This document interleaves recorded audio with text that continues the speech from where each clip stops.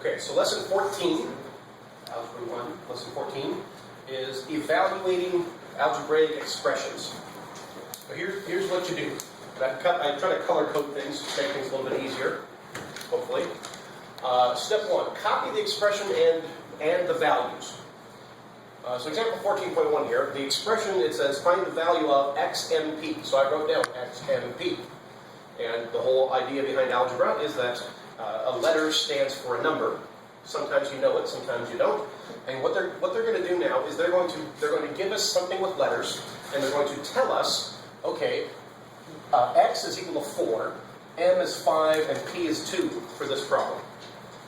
And it says find the value of x and p, or evaluate x and p. All right, so I copy that down, x and p. Now the next thing is, and you'll see why in a couple examples here. I hope you're following along. Is that the next thing is to rewrite the expression, except instead of the letters, put parentheses. So I have x and p, so I put parentheses, parentheses, parentheses. So that I have, it's kind of like a bucket or a placeholder where I'm going to put here what x equals. That's my third step, is to take whatever these numeric values are and plug them into the bucket that they go in. The x bucket was right here, and x is 4, so I'm going to plug in a 4 right here. This parenthesis is where the m goes, and m is 5, so I'm going to put a 5 right there.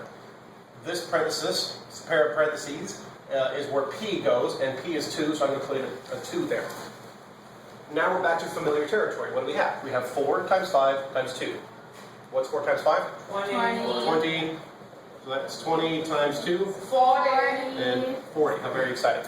I should have done that in black because that's what I did here, I suppose. Just to make it look pretty. Okay, so 4 times 5 is 20, and then we still have the 2. 20 times 2 is 40, and we're done. Beautiful. I know, thanks, so are you. Okay. And there goes my marker. Okay. 14.2. We are told we are given 4yz minus 5. Okay? And we are told that y is 2 and z is 10. So my first step, I wrote this down. What's my next step? Plug in the numbers. Hold on, that's afterwards. Copy the expression. Okay, I did that already. What's my next step?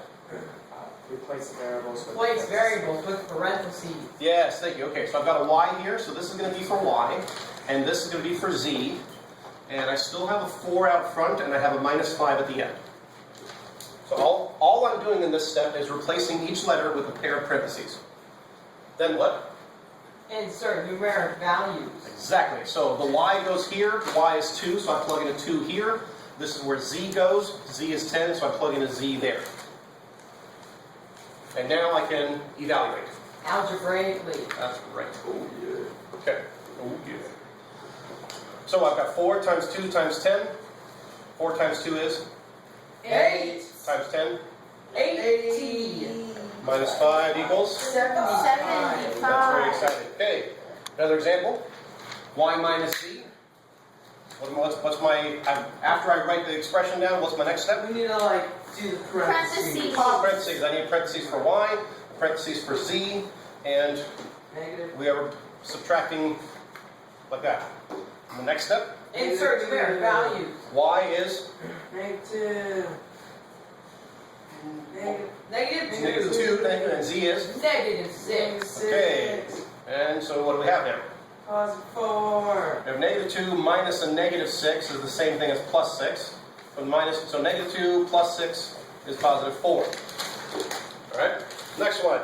We have, sometimes it's easier to do this, to do everything that's staying the same. Well, either one way or another. Set up you need your parentheses and you need everything else that's staying the same. Alright? What goes here? 3. Negative 3. Negative 3. What goes here? Negative 4. What goes here? Negative 3. And here? Negative 4. And this is why it is very important to use parentheses, because if you are plugging in a negative number, you need to be able to keep track of things. Especially if if we're subtracting a, or negative a, or the opposite of a, if a is already negative, what do we have? we have negative 3, or the opposite of negative 3, which is, one more time, Andy? Positive 3, minus a negative 4 means, Positive 4. okay, and minus negative 3 times negative 4 Negative 12. is positive 12. So we've got 3 negatives there that we have to keep track of. Remember, multiplication first, or multiplication and division come before addition and subtraction. So negative 3 times negative 4 first, which gives us positive 12, and we're subtracting that. So what do we have? Negative 5. 3 plus 4 is 7, minus 12 gives us Negative an answer of negative, that's a 5. Very ugly 5, but it's a 5. And that's the idea. There are, let's do another example that's slightly more complicated, but we're going to follow the same steps. Let's see. Should we do example 14.6, 7, or 8? About 7. Thank you for that, browsing vote. 7. Whatever you did, don't do that again. Okay, 14.7. We have negative, parentheses, m plus x times negative a plus mx. And let's see, m is 2, x is negative 3, and a is negative 4. And I was going to write this in green. Try that again. M is 2, x is negative 3, a is negative 4. Okay, what's my next step? Replace. Insert numeric values. Oh no, we didn't have parentheses. We're right at talking about. Replace variables with parentheses. Now here's the thing. What if I put parentheses here? I'm going to have parentheses inside parentheses. Can I do that? Yes. Is it a good idea? No. No. So sometimes when you do this, you might need to take the existing parentheses and change them into square brackets, just so you don't confuse yourself. All right, so we got a negative out front. Our original parentheses, we make those square brackets because it means the same thing. It's a little bit easier to tell them apart. Then we have an m, so I need parentheses for the m. Then we have a plus. And then I have an x, so I need parentheses for the x. And in the next set of parentheses, originally now square brackets, I've got a negative in front of an a, so I need parentheses for the a. Then I have plus. And then I have m and an x, so I need to have parentheses for the m and parentheses for the x. You've got to keep track of your parentheses. Very, very important. Also run away. That's right. They'll run away, so I have to keep them in cages. And only feed them once a day. All right. Next step. Insert numeric values. That's into right, the we plug in the numbers. What I like to do is say, okay, I've got an m. M is 2. I've got an m here. Any other m's? I've got an m right here. All right, now x is negative 3. I've got an x here, so negative 3. And I've got another x here, so this is also negative 3. A is negative 4. Here's the only place where that is. Now, normally students don't color code their math homework. If it helps you to do that, then go ahead and do that on something like this, at least for a few times while you get the hang of it. All right? So what do we have?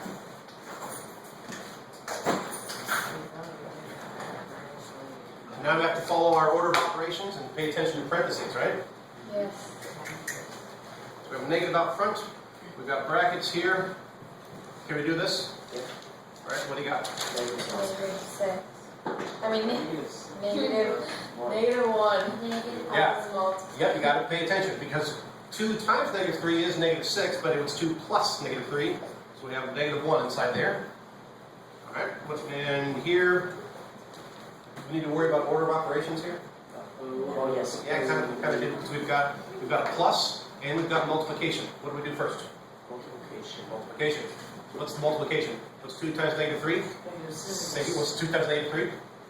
Negative 6. Excellent. So we have negative 6, and we are adding that to, let's see, negative 4, or the opposite of negative 4, which is positive 4. Take your time. You don't have to get everything done in one step. In fact, please don't. So we have negative 1 times 4 plus negative 6. Negative 2. So now we've done everything inside the parentheses. What comes next?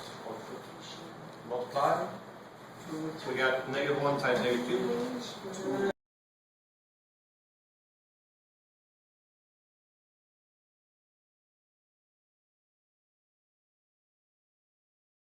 -2.